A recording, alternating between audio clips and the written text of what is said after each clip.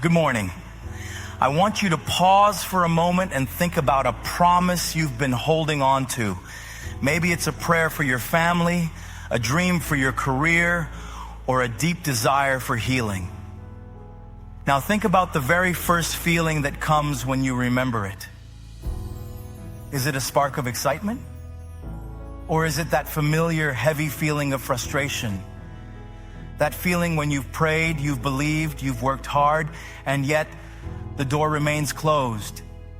The dream feels distant, and the healing hasn't come.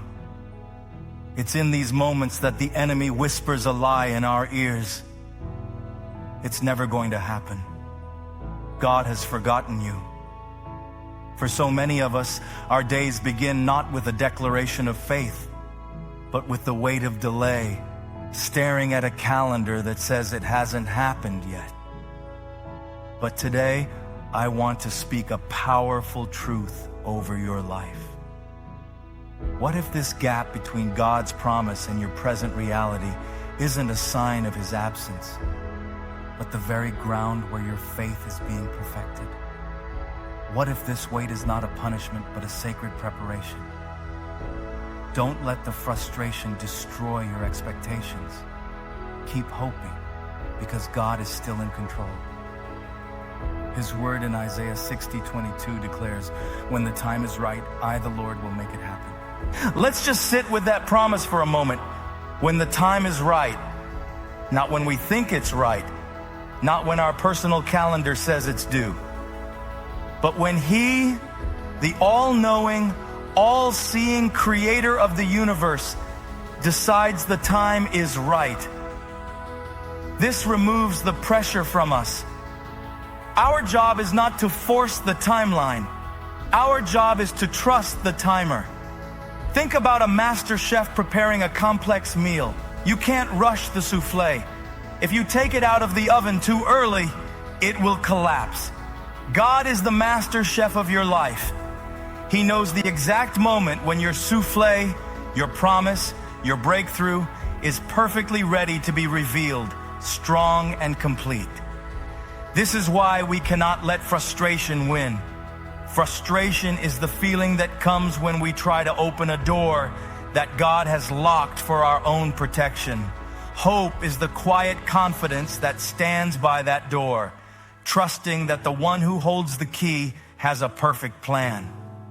The Apostle Paul understood this deeply. He prayed fervently for a thorn in his flesh to be removed. But God's answer was, "My grace is all you need. My power works best in weakness." Paul's expectation wasn't destroyed, it was transformed. He stopped expecting the problem to vanish and started expecting God's power to be revealed through the problem. Your unanswered prayer might be the very thing God is using to showcase His strength in your life. So, what do we do while we wait? We do what the farmers do. A farmer doesn't spend his days digging up his seeds to see if they're growing. He trusts the process. He waters the ground, he weeds the field, and he waits for the rain and the sun to do their work. We must tend to the soil of our hearts. We water it with God's word. We pull out the weeds of doubt and fear, and we wait with expectation for the spiritual rain of His presence. Galatians 6:9 encourages us, "Let us not become tired of doing good.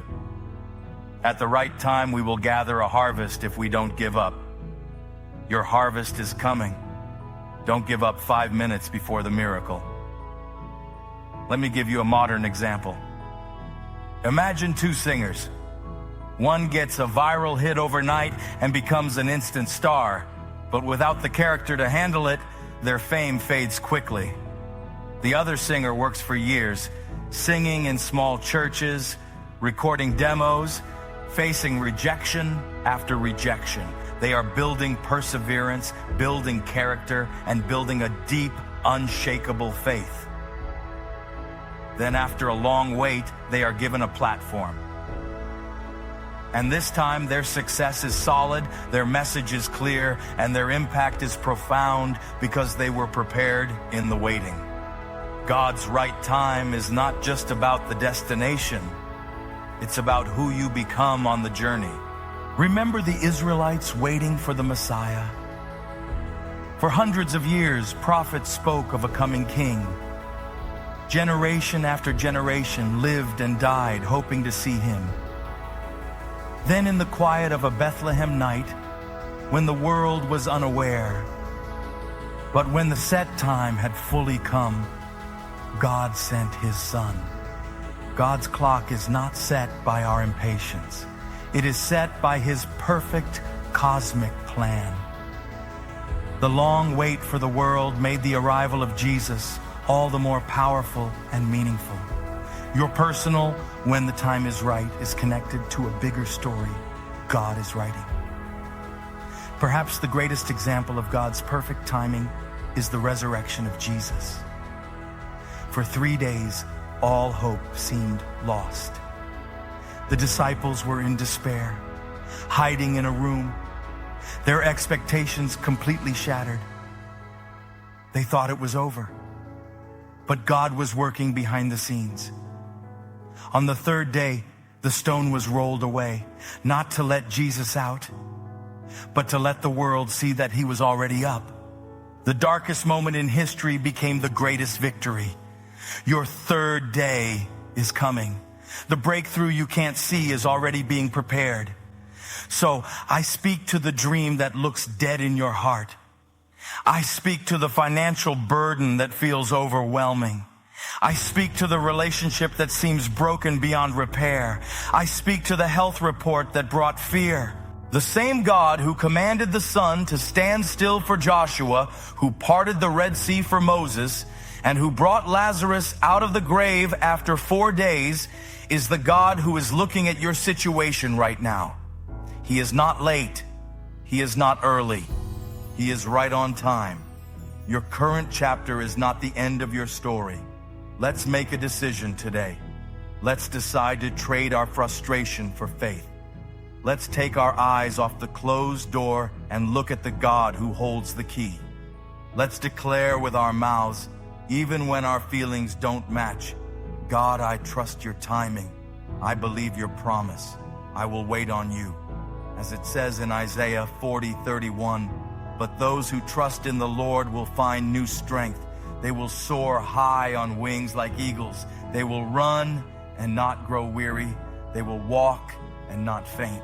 Faith is the currency of God's kingdom. How do you build it? By remembering his past faithfulness. Take a notebook and write down the times God has come through for you. Remember that parking space you prayed for? That bill that was mysteriously paid? That comforting word from a friend just when you needed it? These are all reminders that he is active. If he was faithful then, he will be faithful now.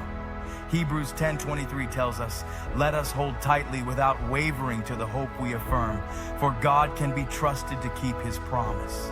Your waiting season is not a wasted season. It is a training ground.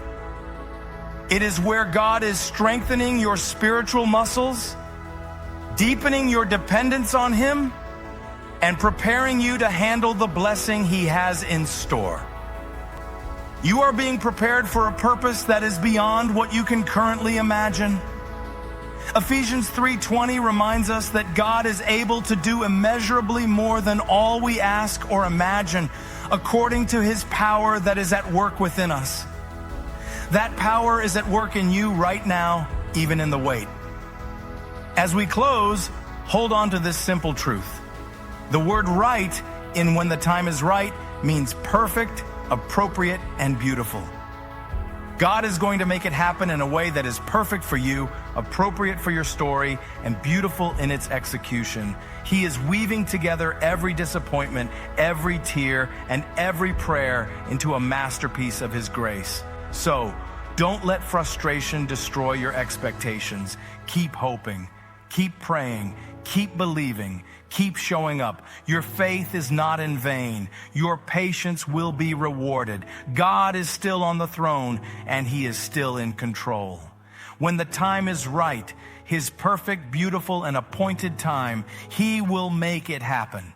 If this message encouraged you today, please hit the subscribe button and share it with someone who needs this hope.